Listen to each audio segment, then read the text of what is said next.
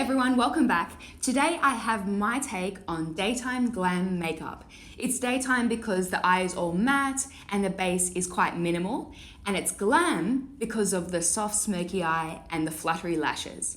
This is also the look that I was wearing in my 2015 favorites video, which many of you requested, so here it is. I hope you enjoy. Going to start with a bit of base today. The Hourglass Veil Primer over the nose, just to fill in any pores. I mentioned this product in my 2015 favorites video, and if you haven't seen it yet, I will leave the link in the description box. Onto foundation, which I applied rather sparingly for this look because presumably it's more of a daytime thing, so we're keeping it light and fresh. I've mixed my usual Kogan Do Aqua with a drop of darker foundation because somehow I managed to get a tan this summer, even though I tried really hard not to. I tan in like 30 seconds flat, and I just want to be pale. Damn it, you always want what you can't have. Taking this moment to apply a lip treatment. This one is from Hourglass. I use it before all my tutorials because it works beautifully under all lip products. Love it to bits. Starting the eyes with a MAC paint pot. The eyeshadows that I'm using today are super silky, which is a great thing, right? But they do need a grippy base to adhere to. Otherwise, they can apply a little bit sheer. Surratt Greige. This is not a Greige. It's more of a warm camel shade that I'm using as a transition. So big fluffy brush and buffing that shadow above the socket and taking it quite high towards the brow, because this eyeshadow placement is really blown out and hazy. So don't be afraid to take the shading a little higher than you would normally. The rest of the eye is created using one palette, the Becca Ombre Nudes.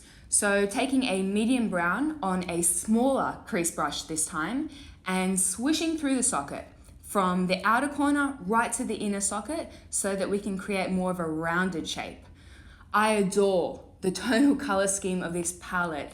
The shades blend perfectly into one another, so it takes the guesswork out of blending. Also a great palette for soft, grungy looks, if that's your thing. Moving to the next darker shade and using small circular motions to deposit products into the deepest part of the socket.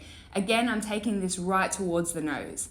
This palette leans quite cool on me. I've heard some people say that it runs a bit warm, but on me they're ashy browns as opposed to red browns, which is nice, you know. Ashy browns I think are quite hard to come by. Onto the deepest brown on a flat shader brush. Stamp off the excess onto your wrist or the back of your hand so that we don't get fallout, and pack over the mobile lid. I'm avoiding the inner third here.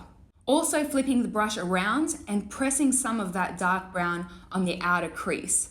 And then you can always go back with your smaller crease brush to buff out any lines and edges. For the inner mobile lid, I'm just taking our big brush that we used earlier with no additional product and dusting. So we got a bit of a light brown going on. I am wearing false lashes today, so some liquid liner in a basic line across the lash line is going to help to conceal that band. This is the Dollywink liquid eyeliner, which I gather has quite a cult status. I think it's nice, but nothing to rave home about. Give the lashes a light curl and tight line. I tend to blink into the pencil to really get the product between the lashes. That's sort of the easiest method for me. Apparently you guys hate watching this, so carrying on. House of Lashes Boudoir. This style is a recent release and they're longest in the center, so ideal if you want to create a rounded shape to the eye. I think they're really pretty, but not a great fit for my eye shape. I think they don't have a strong enough taper in the inner corners, so they don't blend perfectly with my natural lashes, but we're rolling with it. Pop on some under eye concealer. This is the Urban Decay Naked, also featured in my 2015 favorites. I need to buy a bunch more so that I can keep one at my vanity and one in my handbag and one at the studio and one in the fruit bowl, everywhere. I don't want to use another under eye concealer.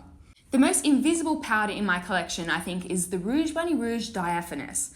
I went through a stage recently where I was powdering most of my face, and I just woke up one day and realized that I'm too freaking dry for that. So I'm back to the next to no powder routine, and this product is perfect for that. I have a new favorite brow product, and that doesn't happen very often at all. the IT Cosmetics Brow something or other in Universal Grey. I find that most grey brow products are really dark, but this one is more of a lighter grey, and it's the answer to all of my prayers. I then go in with a bit of brow pen to really elongate that tail and add a bit of texture here and there. Of course, I finish off with the Surratt Brow Pomade. Watch the volume happen. This product completes the big brow illusion. To finish off the lower lash line, I'm taking a flat push brush and pushing some black eyeshadow right into the lash bed from the inner to the outer corner. Then take a pencil brush and a medium brown shadow and buff back and forth, Jaclyn Hill styles, until that black line is really soft and diffused. To match that warmth on the upper eye, I'm dusting some of the warm caramel underneath the previous eyeshadow, and I'm using a bigger brush here so that I can get that hazy, blown out effect. Back to that flat push brush with the same black eyeshadow, this time over the seam of the eyelash band, just to mattify the lash glue so the lashes look more natural, kind of natural. Nobody believes they're natural, but whatever. Obviously, coat the upper and the lower lashes in a ton of mascara. The more the merrier. Back to the face, and naturally, I am bathing myself in highlight because that is my jam. Really love this Physicians Formula highlight. You can see the impact right there. I'm beaming and it makes me very happy. Even with an all matte eye, I do love a strong tear duct highlight. So taking the same Physicians Formula highlight around the inner corners, maybe a touch on the brow bone, seems like a good idea. Catches the light nicely. So this was the look that I wore in my 2015 favorites, and in that video, I didn't wear any blush, but I know that you guys love a bit of blush, so I'm gonna apply a touch today. Milani blushes are my favorite. I talk about them all the time, and this one is a really pretty matte pink. For the lips, Charlotte Tilbury lip liner in Pillow Talk. This color is everything. I am overdrawing slightly, there's no shame in that, and then feathering inwards a touch.